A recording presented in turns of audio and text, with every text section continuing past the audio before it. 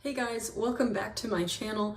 I'm Liz. If you're new here, I film videos about things that I'm learning about and web coding, website coding, kind of just random projects I'm working on. But today I wanted to talk about APIs.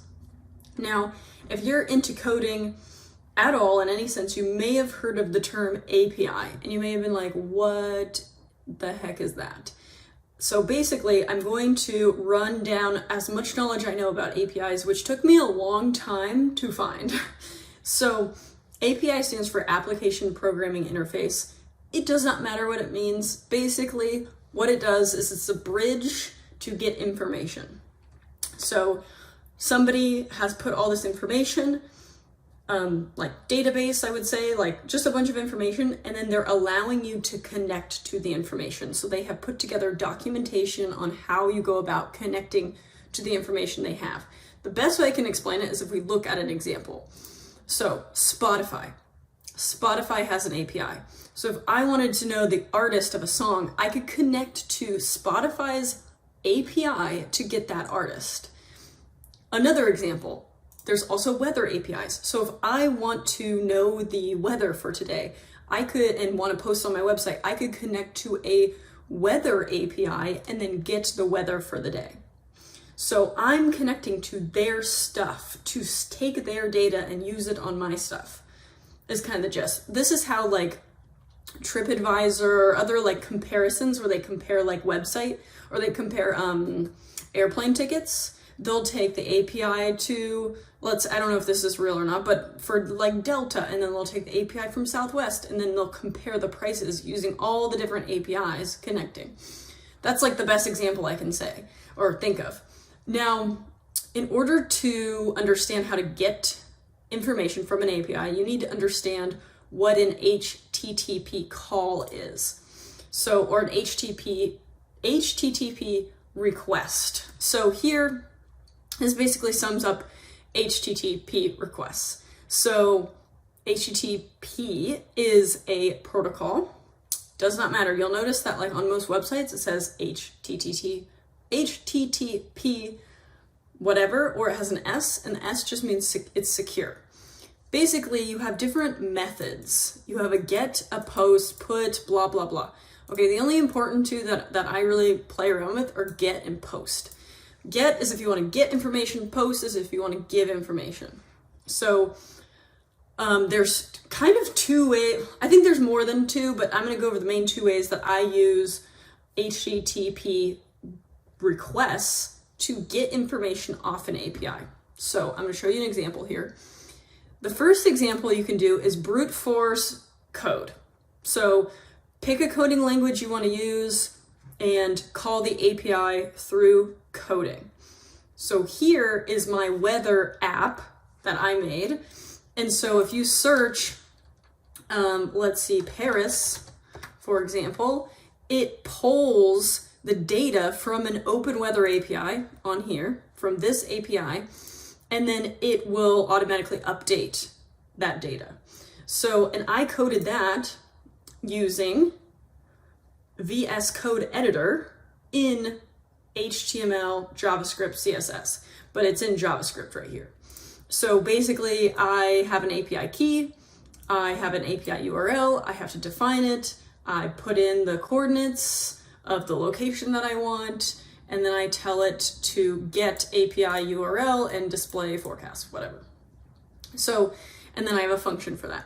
So this is the general gist. I'm not going to go into the coding background, but just know there's a lot of effort that goes into calling this API. You can see all this kind of crazy stuff here. I mean, the code is quite long, but I'll link it below. So that's one option. The other option is to use Microsoft Automate. So this is just an example. Doesn't actually work yet because I'm still working on it. But in flows, Microsoft Power Automate flows, you can make an HTTP post or request. You can post and you can get. You just press the method that you want to do, and then look how easy that is. You don't even need to code anything. You just put in the URL, and then I have to make these variables. But besides the point, this isn't detailed about how to do it. And I will get to how to do it in different videos. This is just giving you kind of an idea. Here, you can just plug in stuff and have Microsoft do basically the code for you. And then you do have to add a little parsing, but you can have this set up for you rather than having to brute force code it yourself. So those are the two ways I know how to get information from an API. Now, one of them I'm still working on, but I'd rather do it this way than freaking code the whole thing.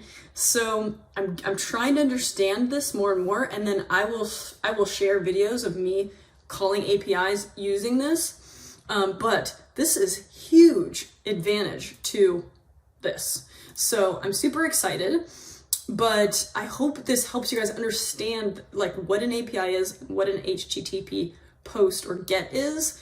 You can kind of read more about it, but basically the HTTP request can be in a post or a GET, and it's to connect to an API to get information that you want to know.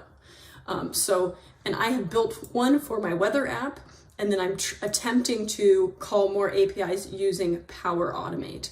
So that's the kind of gist of that. The reason I found out is this project was on SheCodes, which I will link below. That is how I learned how to code in JavaScript. So I'll link that below. And then I went and took an API or an introduction to like web development on Udemy, which I will also link below. So that was another like 10 hours, 15 hours. This was about an 8-week class. So 8 weeks plus more classes on Udemy, plus messing around with Power Automate at work. And that is the combination of my knowledge. But you can see this took me forever to figure out because I went and brute force coded it. Now I'm starting to realize there's other processes that you can do in order to make it easier. But you can connect to literally any API on the internet. Like there is an API for everything. Even my sister works for a company called Yotpo, and they have an API as well. And I will tell you, there are documentation on, I should type in Yotpo API, I guess. Yotpo API. So if somebody has an API, they will put together documentation. So it'll look something like this, and I'll get more into it here. But you click into it, you just type in the company and then API, right? And then it has all this information, like somebody put together the documentation of how you can connect to their API. And so they will tell you, which HTTP request it is, and it will like give you information on how to do this. So if I wanted to create a review here, it looks like it's doing a post API. A post HTTP requests here, and then here is the link, and then here are some information that you will need. So you'll need your Yotpo account API key, and then other information on here. So it's very easy to use if you are good at, if you can code and if you can read. So the reading is the hardest part because some of these can get very complicated. Like when I used this one call API, you have to go into the documentation of the API to understand how exactly you're going to request the information. So everyone is built differently. Like here, I have to have an API key, but it's not the same as if I was going to use like a Yotpo API. Like that is completely different. Like it will tell you what that is. Like here, it says API key, and then I go down and then you can see what is required, what is optional, in order to connect to this API. So it's all about the documentation, and most companies who have